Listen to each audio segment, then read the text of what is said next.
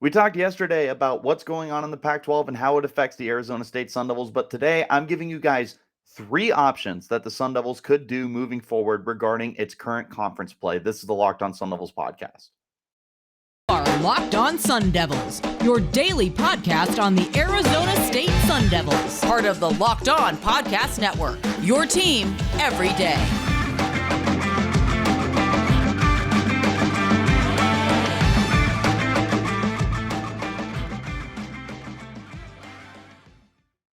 And welcome back to the Locked On Sun Devils podcast. My name is Richie Bradshaw, and I will be your guide for everything Arizona State Sun Devils. Thank you guys so much for making us your first listen every day. Remember, we're free and available on all platforms, including YouTube, if you'd like to check us out on a visual platform. But wherever you do get those podcasts, make sure that you hit that like and subscribe button and turn on those notifications so that you get an update every single time we drop a new episode. Let's go ahead and hop right into today's conversation. Yesterday, we spent the entirety of the podcast going over what's going on with the Pac-12. In case you missed that podcast, USC and UCLA are both leaving the Pac-12. What does this mean for the conference? I mean, right now it feels like the conference is in shambles. I'm kind of wondering whether or not the Pac-12 is nearing an extinction or, in a best case scenario, a merger with another conference. But overall, there's a lot of uncertainty about this conference right now and what we're supposed to do with it, to the point where, is it smart for the current teams and colleges to stay in the Pac-12? Should more teams be looking to move on? Should the Pac-12 look to expand? Well, more importantly, we're focused here on the Arizona State Sun Devils and what the Sun Devils should do. So I'm looking at three potential possibilities here for the Sun Devils. The first one, we're shooting for the moon. We're just, shoot for the moon. If you miss, you'll land amongst the stars, all that mantra. But I'm going to say try and join the Big Ten. This would be the absolute best case scenario for you. The Big Ten is the pristine college conference right now, in my opinion.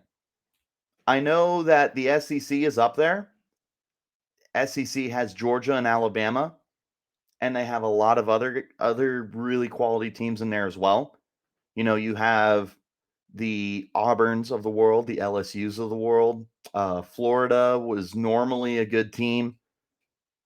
With the Big Ten, you've got Ohio State, you've got Michigan, you've got Penn State.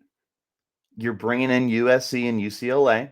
You're hoping that USC is back with Lincoln Riley. You've got Michigan State, who gets routinely slept on. You've got Iowa. You've got Wisconsin. There's a lot of really good programs here. Minnesota is still there.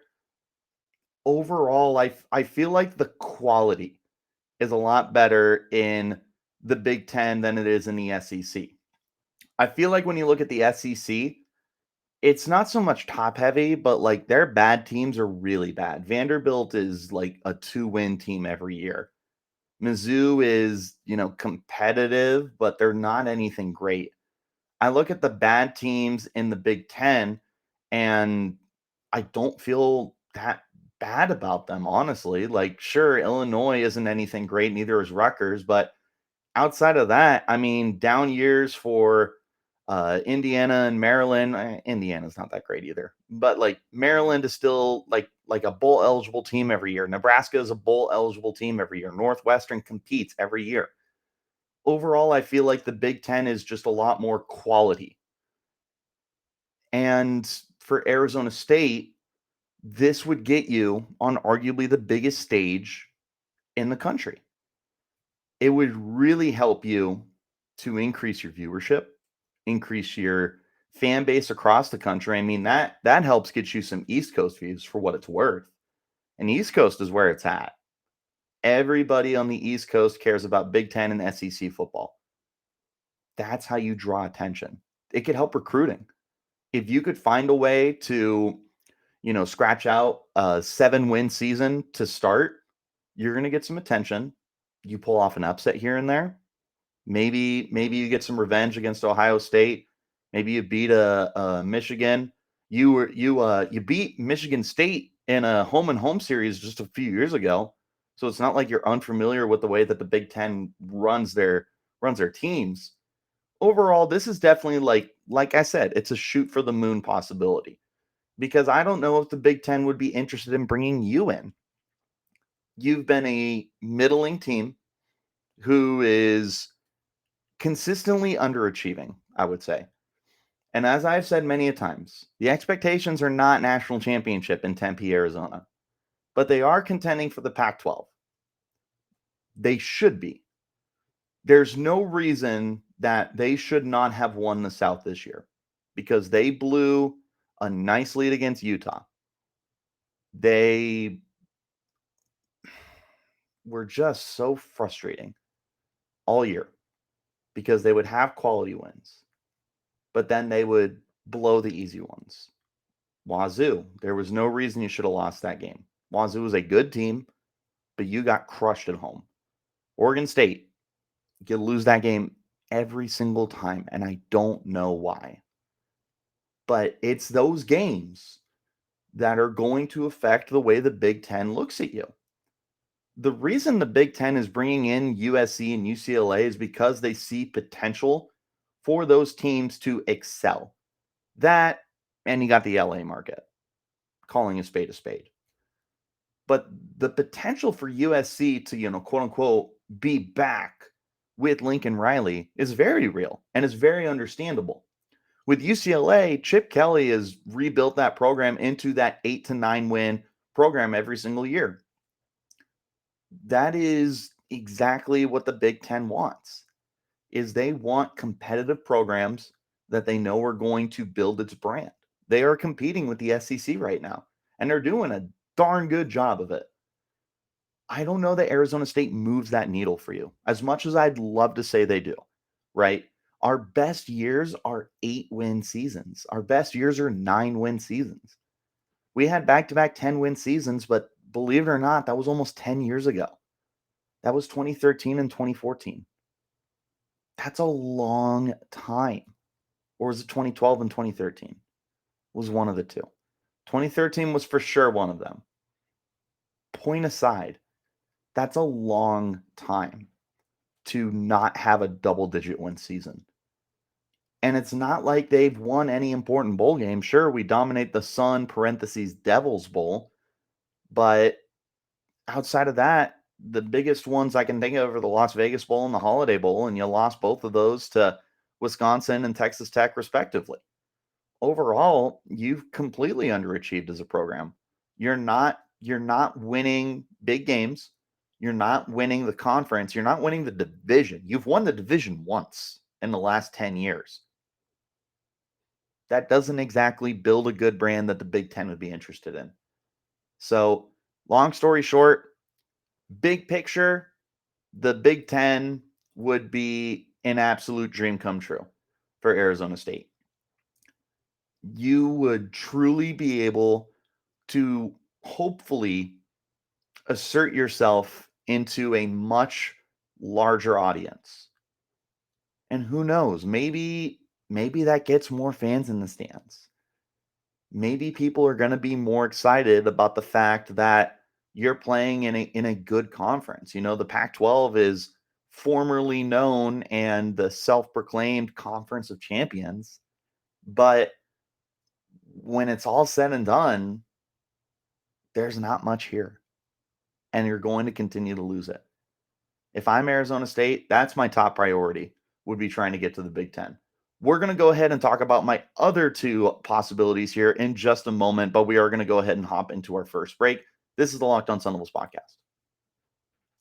This episode of the Locked On Sun Devils is brought to you by Rock Auto. With the ever-increasing number of makes and models, it's now nearly impossible for your local chain auto parts store to store all the parts you need for your vehicle. Why endure often pointless or seemingly intimidating questions while the person behind the counter orders the parts off of their computer and only getting the parts that their warehouse happens to carry? You have computers with access to rockauto.com at home and in your pocket. Save time and money when using Rock Auto. Why choose to spend 30%, 50%, or even 100% more for the same parts from a chain store or car dealership? Rock Auto is a family business serving do-it-yourselfers for over 20 years with prices reliably low for every customer. They have everything you need from brake parts, tail lamps, motor oil, even new carpet. Go explore their easy-to-use website today to find a solution for your auto part needs. Go to rockauto.com right now and see all the parts available for your car or truck. Write Locked On in their How Did You Hear About Us box so they know that we sent you. Amazing selection, reliably low prices, and all the parts your car will ever need at rockauto.com. All right, let's not waste any more time. Let's get right back into our conversation. The swing for the fences move, that would be the Big Ten. The more realistic move, and quite frankly, the move that I would be predicting, I talked about this a lot yesterday. I'm going to talk about it in detail today. The Big 12. Look, there's been conversation about the Big 12 and the Pac-12 having a merger for what seems like a long time now. And it has never made more sense than to do it now. The Big 12, currently 10 teams, is losing Texas and they're losing Oklahoma. Regardless of the fact that Texas is not what they were 20 years ago, and regardless of the fact that Oklahoma has underachieved in terms of winning national championships, those were your two most marketable teams. Those were two of your four best teams. I mean, Oklahoma was certainly number one. Texas probably a step behind a Baylor and maybe an Oklahoma State. But all in all, that's brutal. Those two teams are going to the SEC. So, the rich get richer. They're bringing in, though, four very, very quality teams. They're bringing in BYU, Central Florida, Cincinnati, and Houston. That's four great adds. BYU has really become a great college football program over the last few years. UCF, the self-proclaimed national champions a few years back when they went undefeated. Cincinnati just made the college football playoff, the first team outside of the Power Five to make the college football playoff since its inauguration in 2015. And Houston has been a very, very good program over the last 10 plus years, with Dana Holgerson really turning that program around. But I'm looking at this conference right now with those four teams coming in, all four very good teams, right? I got Baylor ahead of me. I got Oklahoma State ahead of me. Outside of that, I feel good about my chances against the majority of these guys. I like us to compete with the remainder of the conference. This is the program, or the conference, I should say, that makes the most sense for Arizona State to go to for a few reasons. One of the bigger reasons is like the regional aspect of it. Arizona State, as great as it would be to go to the Big Ten, that is like northeast kind of competition. You are not a program that is built to play in snow. You're not built to play in 20 degree weather or colder. That is not your thing, which is why it's so interesting that USC and UCLA, both centered in Los Angeles, California, are going to the Big Ten. Looking down in the Big 12, though, I mean, the northmost you go is Oklahoma State in Stillwater. Other than that, well, I guess you got West Virginia over, obviously, in West Virginia, Morgantown. But other than that, I mean, vast majority of it is in Texas. You got a couple teams in Kansas. Kansas gets a little chilly. I guess Kansas is above Oklahoma. Ignore me and my geography skills. Well, and then Iowa's ahead of that. Goodness gracious. Iowa State would be the northmost that you go. And it gets cold, but it doesn't get Ohio or Michigan cold. So overall, like the regional aspect of it makes a lot of sense. Is you're not having to go, halfway across the country. With the occasional game versus Iowa State or Kansas, like overall, you're staying within a very close proximity to yourself. Because you look at the Texas teams, TCU, Texas Tech, they're bringing in Houston. It's a lot of familiar territory for you. BYU, you go up to Salt Lake City every other year. It's nothing that you're going to be unfamiliar with. So it just makes a lot of sense proximity-wise. Now, taking a wider scope of it, which I talked about this a little yesterday, and I'll touch on it just a little today. The wider scope of it here is that you could have a merger, which also makes a lot of sense for the Pac-12. And if that's the case, even if it's just, 4 to 6 teams that you're pulling instead of the remaining 10 teams. Let's say you pull the South. So you pull Colorado, Utah, Arizona, and Arizona State. That's all familiar territory. It's all within your region. You're used to a couple cold games going up to Boulder, going up to Salt Lake City. It's nothing crazy. You stay within your realm. So I like that aspect of it.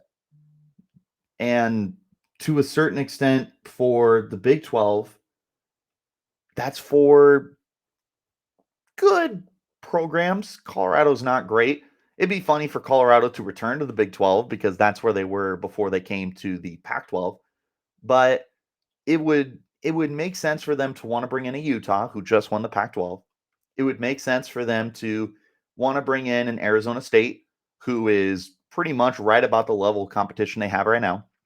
It would make sense to bring in U of A, who is hopefully on the upswing. We don't want it to be hopefully, obviously, but the Big 12 would be. But they very well could be. They got a good recruiting class. They got Jaden DeLora. So neither here nor there. Overall, it would make sense for Arizona State to go there. It would make even more sense for those 4 teams I just mentioned, basically the remainder of the Pac-12 South, or what was the Pac-12 South, I should say, since the conference divisions got eliminated, to go to the Big 12. It would make the most sense to just have a straight merger because I don't know if the Pac-12 can survive everything that's going on right now. I think this is probably the most realistic scenario. It's the best case scenario in terms of, do you want to continue to be where you're at, which is around a 7 to 8 win team. Like I said, Big Ten is the best case scenario because maybe you have those upset wins. Maybe you continue to be that 7 to 8 win team against much higher level competition. But if you're looking to stay right about where you are right now, then Big 12 makes a lot of sense. Big 12 definitely seems the most realistic if you were going to leave the conference. But of course, there's the option to stay in the conference. And I'm going to talk about that in just a moment after our final break here. So stick around. This is the Locked On Sun Devils podcast. From the people who've invented healthy and tasty comes the latest gift to your taste buds. You've probably tried the amazing coconut brownie chunk Built Bar, but guess what? Your friends at Built have given coconut brownie chunk the Puffs treatment. That's right. The coconut brownie chunk Built Bar flavor you love in a delicious, chewy marshmallow covered in 100% real chocolate. It's like a fluffy cloud of coconut brownie goodness. But stop drooling and listen. They're good for you. Low calorie, low sugar, high protein, and all delicious. Coconut brownie chunk puffs are only here for a limited time. Go to built.com right now to make sure you don't miss out. They're going fast because they taste amazing. All Built Bars are made with collagen protein, which your body absorbs more efficiently and provides tons of health benefits. Eat something that tastes good and is good for you. The best part about Built Puffs is, of course, they taste amazing, but you can enjoy them guilt-free because they're actually good for you. They're a perfect treat, perfect for when you got a craving, you need to satisfy your sweet tooth, or you need a quick, healthy snack. They are an excellent source of protein. Delicious coconut, rich, sweet brownie, creamy marshmallow. Stop fantasizing. Get to built.com to order your box of coconut brownie chunk Built Puffs right now. Go to built.com and use the promo code LOCK15 to get 15% off your order. It's promo code LOCK15 for 15% off at built.com. Make sure you guys are staying up to date with everything that's going on in the Pac-12 for as long as it's going to be here, at least, by tuning into the Locked On Pac-12 podcast hosted by good friend Spencer McLaughlin. 30 minutes or less. It's free and available on all platforms, just like the Locked On Sun Devils. For what it's worth, I am hopping on the show on Thursday to talk about everything that's going on in the Pac-12. Me and Spencer are bouncing our thoughts off each other. He asked me for my opinion on the Sun Devils, and I give him my opinion on the Sun Devils. So you guys should definitely tune in and check that out on Thursday. The last scenario for Arizona State is the one that I don't know how to put this. The best case scenario would be to go to the Big Ten. The scenario that makes the most sense is the Big 12. I guess the scenario that's the most familiar with maybe higher upside, I don't know how to word this, would be to stay in the Big 12, or not the Big 12, the Pac-12, which will obviously soon be the Pac-10 again. I'm looking at this conference right now. USC and UCLA are gone. Remaining is Oregon and Utah, who just went to the Pac-12 championship. Other than that, there is a straight line for you to be the third best team in that conference, for what it's worth. But that's not a bad thing. That could help you get to a decent bowl game. That can help you get a better record. Maybe you start flirting with 9 wins again. Maybe you flirt with 10 wins. The possibility is there for you by sticking in the Pac-12. If the Pac-12 is going to continue existing, they're going to need to add teams, especially if the situation where Oregon and Washington are also plucked from the conference happens. Let's say Arizona State stays in the Pac-12, but I don't know, Utah and Colorado bolt for the Big 12. And let's say that Oregon and Washington are gone. So you're down to 6 teams. You got Arizona State, Oregon State, Wazoo, Stanford, and Cal. You might be the best team there, even if the Pac-12 is able to replace those teams. I made a short little list here on my phone of the teams that I would take a look at. I mentioned all these teams yesterday. San Diego State, which is an absolute dream scenario for you because they've been a very, very good program the last few years.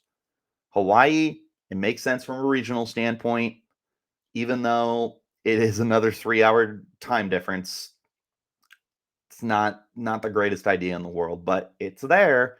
Boise State, another program that's got some rich history in the last 15 to 20 years. New Mexico, again, a regional thing. Nevada and UNLV, which, again, most of those is from a regional standpoint. You could try and pluck teams from the Big 12. Maybe you're able to sugarcoat a TCU or a Baylor into coming over to the Pac-12. Other than that, though, short of you getting a team from the Big 12 to come over, San Diego State would really be the only, in the scenario I provided, would be the only team to compete with Arizona State for the Pac-12. And as of in this scenario I'm creating, the Pac-12 is still represented in the Rose Bowl.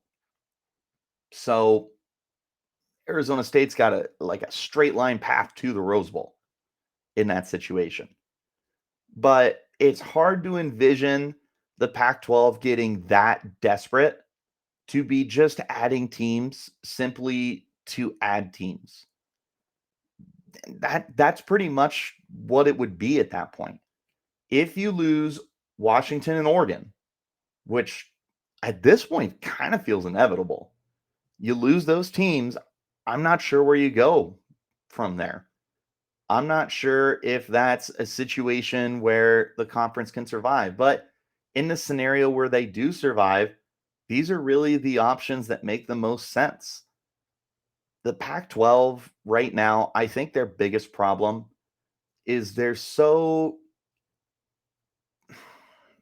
entitled, I think is the way to put it.